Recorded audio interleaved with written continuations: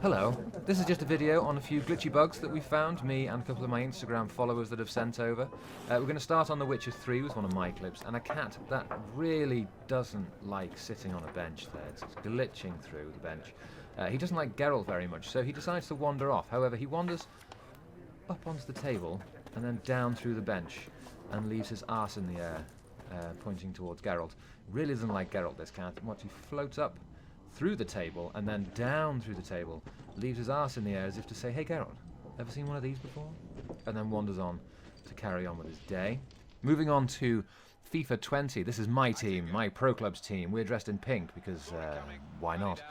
We're on the offensive. I'm the character with the yellow icon above his head. I make an incredible defense-splitting run there, but unfortunately it gets cut out, and the opposing team are on the offensive. It goes into the midfield before the guy just hoofs it up, and it would have been a fantastic ball because the guy was onside, but you think, oh, the keeper's got it. The keeper's got it, it's fine. The keeper's not got it, and it's in the back of the net.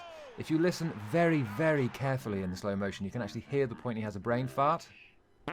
Just there. There it is. And it ends up in the back of the net. Second clip with FIFA, though. Watch the left-hand side of the screen for the floating ball. There it is. Very quickly, but I'll slow it down for you as it trots off after full time for some oranges and a bit of a shower with the lads. On to Forza Horizon 3 during a night race. Or is it a night race? Because suddenly we go to Techno Town, I have an epileptic fit, and we're in day. And I hit a barrier and hit a very expensive Ferrari Enzo. If we slow this down, I do hope there aren't any real epileptics watching this, because that's frame by frame, that, as God decides what day or night cycle we should be on before it goes black sky, ping, in comes the day. There we go, and it's daytime. I don't know whether that's how it works in Australia. On to PUBG. Everyone knows that on the original map, bridges mean death, so I try and stick close to the abandoned vehicles. However, if you watch into the distance, you'll see a black shape moving. There it is. Sure enough, it's a guy, and I think, well, I'll try and hit him. So that's exactly what I do. Unfortunately, it didn't work, and he remains alive. There he is on the left-hand side of the screen, and he kills me. Watch the slow motion on this one. I absolutely squarely get him in the genitals with the front of my car. He jumps up in the air and is able to shake it off quite nicely. Don't know how that works.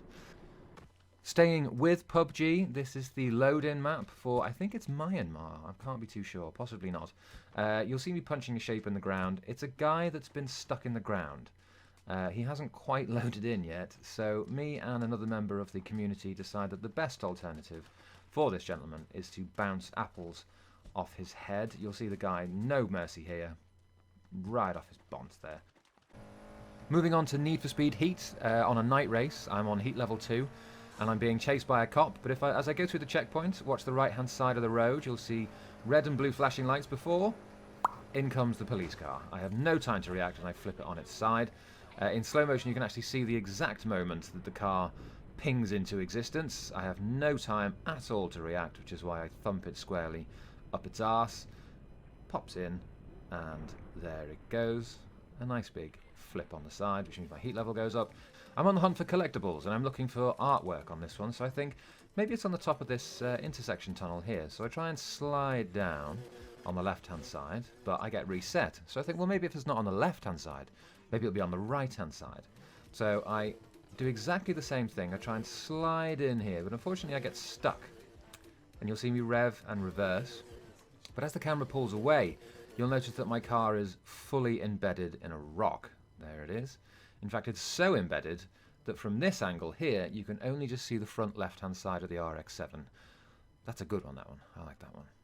On to D with 2 Zs with Red Dead Redemption 2, sliding down a rock before he gets catapulted out and falls onto a very spiky tree. But because it's Arthur, he's the coolest man in the world. He just shakes it off. In slow motion, you can see that he slides in between these two rocks before being catapulted out and doing a good couple of flips to throw in as well. Staying with D for 2 Zs on Red Dead Redemption 2. Watch the top right-hand corner. There we go. The horse and the man thoroughly embarrassed. He just gets back on his horse and bolts for the horizon. Off he goes. In slow motion, you can tell that this one is a real potential neck breaker. Watch this. And watch Arthur's reaction to it as well. The guy falls on the floor, bang onto his side. Arthur just stares at him. But with my Red Dead Redemption 2 online experience, my horse gets caught in quicksand. And he seems understandably quite distressed. However, he does come out of his distress with a nice bit of a Michael Jackson's moonwalk to his right. There he goes. That's cool. Before getting even more distressed and eaten by sharks. Whoop, there he goes. And in slow motion you can see the exact point that the shark gets him, and how the horse becomes very, sort of rocks forward, and then he's gone. On to Call of Duty Modern Warfare. This is the single-player campaign, being chased by an attack helicopter. I change weapons and I turn around into the left-hand room and I discover this heavenly shaft of light. There it is. It took me a while to work out what this was. It's actually fire from the attack helicopter that hasn't disappeared. It's stayed on screen when it's come through the roof of the building. Nothing happens when you step into it. Nothing at all. Staying with Call of Duty though, this level was a bit of a sod on veteran difficulty. I get webbed everywhere, so I just take a step back to regain some health, and I'm attacked by 2 terrorists that come around the corner. I kill those guys and reload whilst my health comes back, and then another 2 terrorists come back in who appear to have a direct line through to their god, because they're gone. They disappear pretty quickly. They obviously registered for the premium service of heaven or hell or wherever it is they're going, but yeah, they both seem to disappear quite fantastically. Staying with Call of Duty though, this is my friend Jim Fowley. He has a shielded turret which he puts down. Watch the guy on the right of the screen now jump in. Jim shoots him, and look at that neck.